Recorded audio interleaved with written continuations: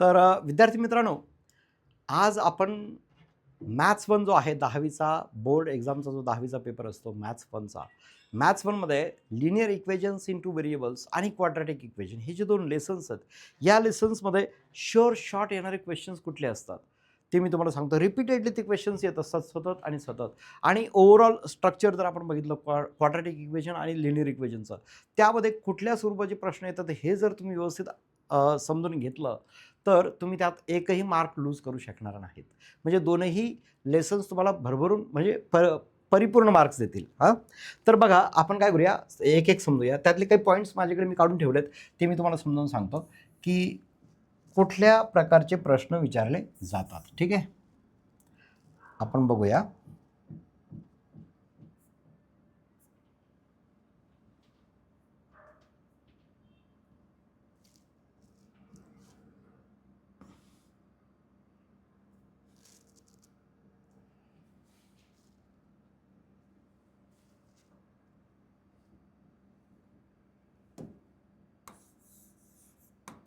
Linear equations in two variables हा जो lesson आहे, अगोदर या लेसनवरती आधारित क्वेश्चन्सचा आपण थोडासा उहापोह म्हणजे चर्चा करूया. अगदी सोपं आहे बघा. लेसन आपण ज्यावेळी पाठ्यपुस्तकामध्ये बघतो वगैरे भरपूर पेजेस दिसतात, खूप सारं कंटेंट दिसतं, पण क्वेश्चन्स जे असतात ना, बोर्ड एक्झामचे जे प्रश्न असतात ते अत्यंत ठराविक आणि मुद्देसूद सरळ सरळ असतात. ते क्वेश्चन्स जर आपण बघितले आणि त्या क्वेश्चन्सना अनुसरून जर तुम्ही भरपूर सारे क्वेश्चन्सचा सराव केला तर तुमचे मार्क्स जाणार नाहीत. खूप सोपं आहे बघा. सगळ्यात अगोदर तुम्हाला जे 1 मार्क्सचे क्वेश्चन्स, 2 मार्क्सचे क्वेश्चन्स असतात, अगदी छोटे छोटे शॉर्ट क्वेश्चन्स, ते कशा स्वरूपाचे येतात. एक एक्झाम्पल देतो बघा तुम्हाला. समजा एक क्वेश्चन आहे तुम्हाला सॉल्व करण्यासाठी. त्यात आहे एक उदाहरण देतो मी तुम्हाला. म्हणजे अगोदर मी सांगतो की ते कुठलं आहे. म्हणजे क्वेश्चन कशा स्वरूपाचा येतो, कोएफिशियंट्स जे असतात ना, coefficients of x and y are interchanged. हमखास येणारे प्रश्न असतात बरं का हे. Interchanged in both the equations. आता हे वाचल्यावरती तुम्ही म्हणाल सर किती टफ वाटतंय वाक्य वगैरे. मी वाक्य लिहिलं आहे, पण ह्याला मी एक्सप्लेन करणार आहे. जसं आणि त्यानंतर दिलेलं असतं की find x plus y or find x minus Y, असा एक प्रश्न असतो बघा. 2 मार्क्ससाठी हा प्रश्न येऊ शकतो, किंवा फर्स्ट क्वेश्चनमध्ये जे 4 पर्याय दिलेले असतात त्यात सुद्धा हा प्रश्न येऊ शकतो. तर त्यात समजा आता एक एक्झाम्पल मी देतो बघा तुम्हाला. 99x प्लस 101y इक्वल्स 499, बरोबर आहे. आणि एक इथे 101 म्हणजे 101x plus 99y is equal to 501, असा एक प्रश्न तुमच्या एक्सरसाइजमध्ये आहे. आणि त्यांनी सांगितलं याला सॉल्व करा. पण सॉल्व नाही करायचं, अगोदर आपण काय करायचं, म्हणजे सॉल्व करण्यासाठी आला तर सॉल्व करावंच लागेल, नो डाऊट. पण 1 किंवा 2 मार्क्ससाठी जो येणारा प्रश्न असतो तो कशा स्वरूपाचा येतो, ते म्हणतात की असं देतात ते 2 इक्वेशन आणि म्हणतात की find x and Y, x plus y आणि एक्स मायनस वाय. तर आपण फार पुढचं सॉल्व नाही करायचं, म्हणजे एक्स आणि वायच्या व्हॅल्यूज काढायच्या नाही, सोल्युशन काढायचं नाही, फक्त एक्स प्लस वाय पर्यंत करायचं आहे. तर याला आपण जर सॉल्व करायचं म्हटलं तर बघा कसं येईल. ह्या दोघांची ॲडिशन करायची, किती येईल बघा. आणि इथे बरोबर आहे 101 आणि 99 200. आता 499 500 म्हणजे 1000.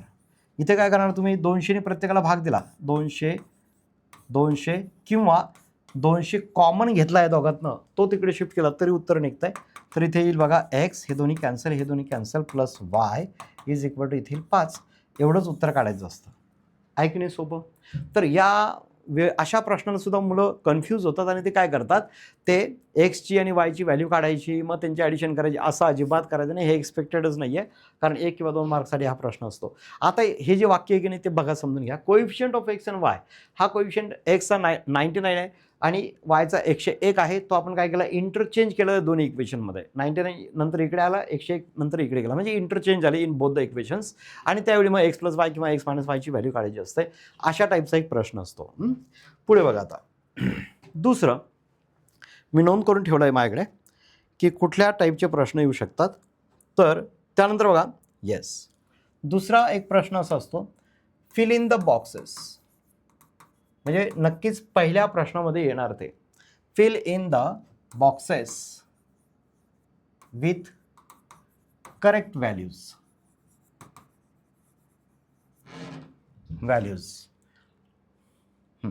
आणि थोडा लंबा जर प्रश्न झाला तर त्यात येईल, in the following table, in the following table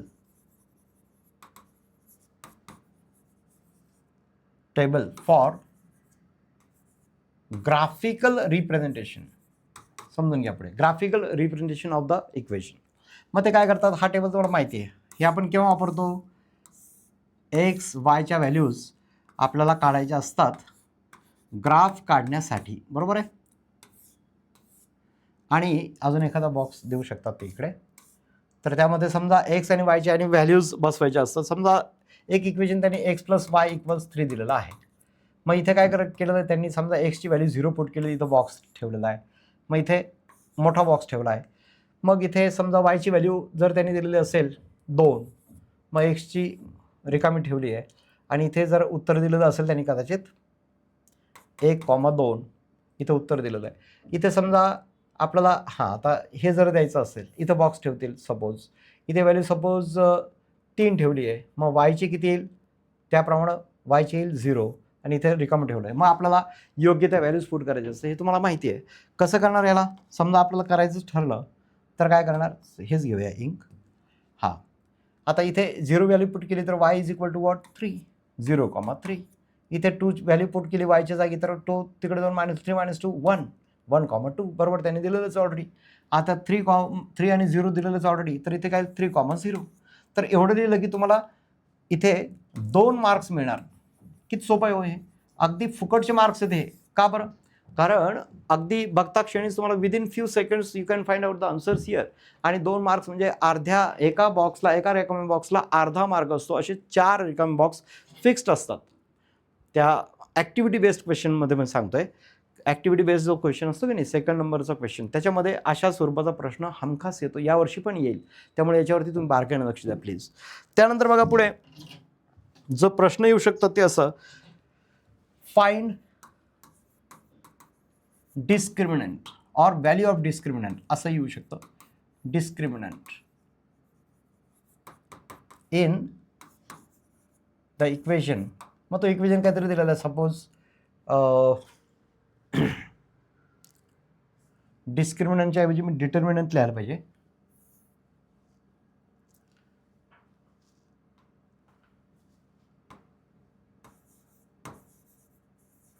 determinant. आता डिटर्मिनंट फाइंड करताना इक्वेशन वगैरे नाही, तर ते सरळ क्वेश्चन देतील असा. इथे सपोज 2, 5, 3, -4 असं. आता हा सुद्धा प्रश्न जो आहे तो 1 किंवा 2 मार्क्ससाठी असतो. 2 मार्कला येऊ शकतो तो प्रश्न, कारण ज्यावेळी शॉर्ट क्वेश्चनमध्ये येईल त्यावेळी 2 मार्कला हा प्रश्न येईलच.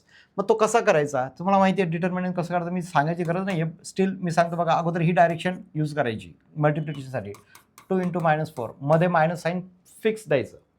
मग ही डायरेक्शन यूज करायची, 3 × 5, मग 2 × -4 -8, -3 × 5 = 15. आन्सर काय येईल, -23. झालं, 2 मार्क पक्के येते. किती सोपं आहे. तर डिटर्मिनंट फाइंड करा, हा सुद्धा प्रश्न लिनियर इक्वेशन मधून येऊ शकतो. याच्यावरती तुम्ही थोडंसं फोकस करा, सिमिलर क्वेश्चन सॉल्व करा. अजून मग येतं बघा थोडे मोठे क्वेश्चन्स, जसं solve by graphical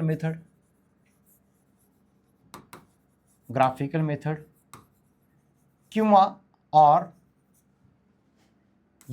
solve using Cramer's rule, or नुसतं येईल सॉल्व. मग आता सॉल्व म्हटल्याच्यानंतर काय इम्प्लाइड आहे तिथे, काय त्यांना अपेक्षित आहे. मग तुम्ही एलिमिनेशन मेथड वापरू शकता. एलिमिनेशन मेथड किंवा हे ते म्हणणार नाहीत एलिमिनेशन यूज करा म्हणून, किंवा सबस्टिट्यूशन मेथड आहे. तर मोस्टली वापरली जाणारी मेथड आहे एलिमिनेशन मेथड. ती सोपी असते. तर ही सगळ्यात सोपी आहे. मात्र ते म्हणणार नाहीत की यापैकी कुठली वापरा म्हणून. हे 9th झालेलं आहे तुम्हाला. ते आता त्यांनी ह्या 10वीला त्याचा उच्चार नाही केलेला, फक्त ते म्हणते की solve the following linear equations. त्यावेळी या दोनपैकी कुठली तरी एक मेथड वापरायची, किंवा जर त्यांनी युजिंग क्रेमर्स रूल मेथड म्हटलं तर मात्र तीच यूज करावी लागेल, ज्याच्यामध्ये आपल्याला डिटर्मिनंट काढायचे असतात अगोदर, आणि सॉल्व बाय ग्राफिकल मेथड ही तुम्ही शिकताय. तर या 3 मेथड व्यवस्थित करा. ग्राफिकल जर आली तर क्रेमर येणार नाही, क्रेमर आला तर ग्राफिकल येणार नाही, आणि हे दोन्ही आले, दोन्हीपैकी कुठलं तरी आलं तर त्याबरोबर ही येऊ शकते, येतेच. म्हणजे एलिमिनेशन किंवा नुसतं सॉल्व येणारच येणार परीक्षेला.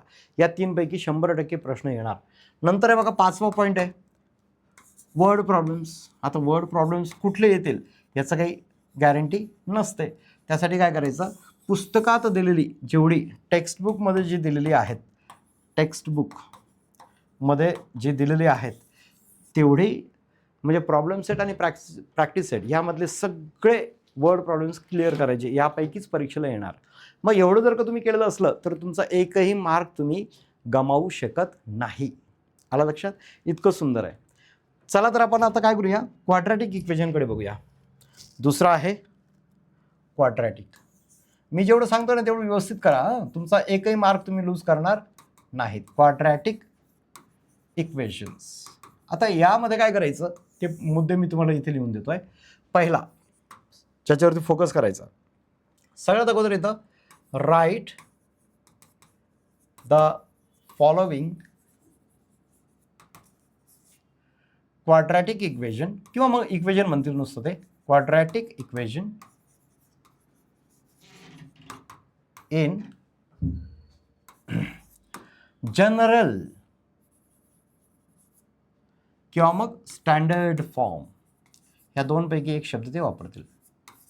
बरोबर आहे? म्हणजे त्यांनी जर दिलेलं असेल 5x minus 2/3 x square plus 5 is equal to 0, तर मग आपण काय करणार, याला अगोदर लिहिणार -2/3 x square plus 5x plus 5 is equal to 0. हे झालं जनरलाइज फॉर्म.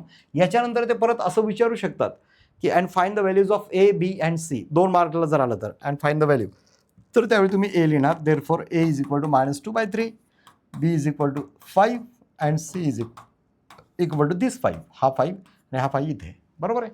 इतकं सोपं. म्हणजे हा 1 मार्कला येणारा प्रश्न आहे. ABC काढायचा असेल तर 2 मार्कला तो प्रश्न येईल, लक्षात असू द्या.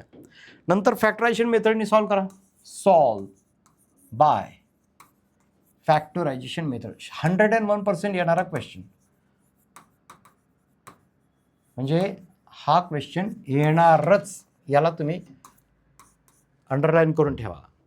अशा टाईपचे जेवढे प्रश्न पुस्तकात दिलेले असतील ते सगळे सॉल्व करायचे, म्हणजे तुमचे यात मार्क जाऊ शकत नाहीत. बरोबर आहे? त्यानंतर येईल बघा तिसरा मुद्दा, कम्प्लिटिंग स्क्वेअर मेथड. आता कम्प्लिटिंग स्क्वेअर मेथड जी आहे ना, कशासाठी आहे, इक्वेशन सॉल्व करण्यासाठी.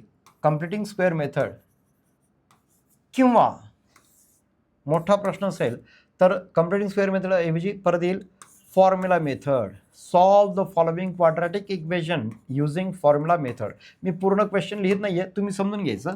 कम्प्लिटिंग स्क्वेअर मेथड आणि फॉर्म्युला मेथड या दोनपैकी एक येणारच येणार परीक्षेला. कदाचित दोन्ही पण येतील, पण दोन्ही टाकण्याची शक्यता फार कमी असते. दोन्हीपैकी एक नक्कीच येणार परीक्षेला. फॉर्म्युला मेथड तर तुम्हाला आठवत असेल. फॉर्म्युला मेथडमध्ये काय, x equals -b plus or minus under root b square minus 4ac upon 2a. This is the formula. हा फॉर्म्युला यूज करायचा आणि एक्सची व्हॅल्यू काढायची. कम्प्लिटिंग स्क्वेअर मेथडसाठी स्टेप बाय स्टेप प्रोसिजर आहेच, ती व्यवस्थित बघायची, स्टडी करायची, आणि याला स्किप करू नका. दोनपैकी एक येणारच परीक्षेला. राईट? त्यानंतर बघा 2 मार्कासाठी येणारा प्रश्न असतो फाइंड डिस्क्रिमिनंट. डिस्क्रिमिनंट बघा, आता डिस्क्रिमिनंट म्हणजे b स्क्वेअर मायनस 4ac ची व्हॅल्यू काढायची असते. दिलेलं इक्वेशन असतं त्यामध्ये b स्क्वेअर मायनस 4ac ची व्हॅल्यू काढायची असते, आणि त्याच्यावरनं ठरवायचं असतं and define the nature of the roots. Decide the nature of the roots. And बरोबर आहे, याच्या पुढे असा क्वेश्चन येऊ शकतो. Find the discriminant and what are the nature of the roots, decide the nature of the roots. तर त्यावेळी याचं बघायचं, याची जर का व्हॅल्यू तुम्हाला 0 आली तर काय अर्थ असतो, roots are real and equal. याच b² - 4ac ची व्हॅल्यू ग्रेटर दॅन 0 आली म्हणजे पॉझिटिव्ह आली तर roots are real and unequal. माहिती तुम्हाला नेचर. त्याच b² - 4ac ची व्हॅल्यू जर 0 पेक्षा लहान म्हणजे निगेटिव्ह आली तर roots are not real or unreal. दोन्हींचा अर्थ सेम होतो. करेक्ट. तर याच्यावरती सुद्धा प्रश्न 100% हमखास येणार म्हणजे येणार. किती सोपं आहे. त्यानंतर बघा, येस, अजून एक क्वेश्चन बऱ्यापैकी येतो परीक्षेला. आता अशात यायला जास्त सुरुवात झालेली आहे. If the nature of the roots of the following equation are real and equal then find the value of k. जसं एक एक्झाम्पल मी तुम्हाला देतो बघा इथे. बघा प्रश्न असा आहे, if the nature of the roots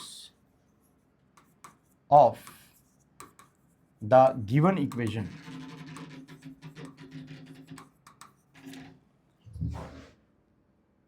are real and equal then find k. केची व्हॅल्यू काढायची. त्यासाठी एक एक्झाम्पल दिलेलं आहे. 3y² suppose plus k plus 12 equal 0. K y पाहिजे इथे, के वाय सपोज. बरं, आता हा झाला इक्वेशन. अशा टाईपचा प्रश्न आला तर आपल्याला केची व्हॅल्यू काढायची. तर अगोदर काय दिलं त्याने की nature of the roots are real and equal. म्हणजे इथे b² - 4ac ची व्हॅल्यू काय पाहिजे, 0 असली पाहिजे रियल आणि इक्वल म्हटल्यावर. मग b² म्हणजे काय, k² - 4 into a is 3 c is 12 equal 0. म्हणून k² - 4 3 12 12 12 144 equals 0. So k² equals 144. So k will be equal to square root of this plus or minus 12. This is the final answer and this question will come for 2 marks. आणि अशा टाईपचा प्रश्न येण्याची दाट शक्यता आहे यावेळेस सुद्धा बोर्ड एक्झाममध्ये. त्यामुळे त्याला इग्नोर करू नका प्लीज. त्यानंतर आहे बघा, find the sum of the roots and product of the roots. म्हणजे अल्फा प्लस बीटाची व्हॅल्यू काढायची असते. Find sum of the roots म्हणजे alpha plus beta and alpha into beta हे काढायचं असतं दिलेलं इक्वेशनवरून.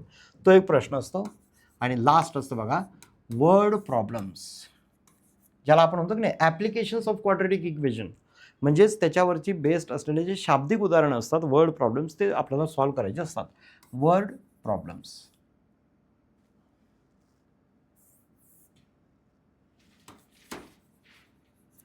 एवढं जर तुम्ही केलं तर मात्र तुमचे मार्क्स क्वाड्रॅटिक इक्वेशन आणि लिनियर इक्वेशनमध्ये आउट ऑफ मिळतील. याच्या बाहेर कुठलाही प्रश्न परीक्षेला येत नसतो. याच्यासारखे जे क्वेश्चन तुम्हाला सिमिलर दिसतील त्याला पूर्णपणे बारकाईने सॉल्व करा.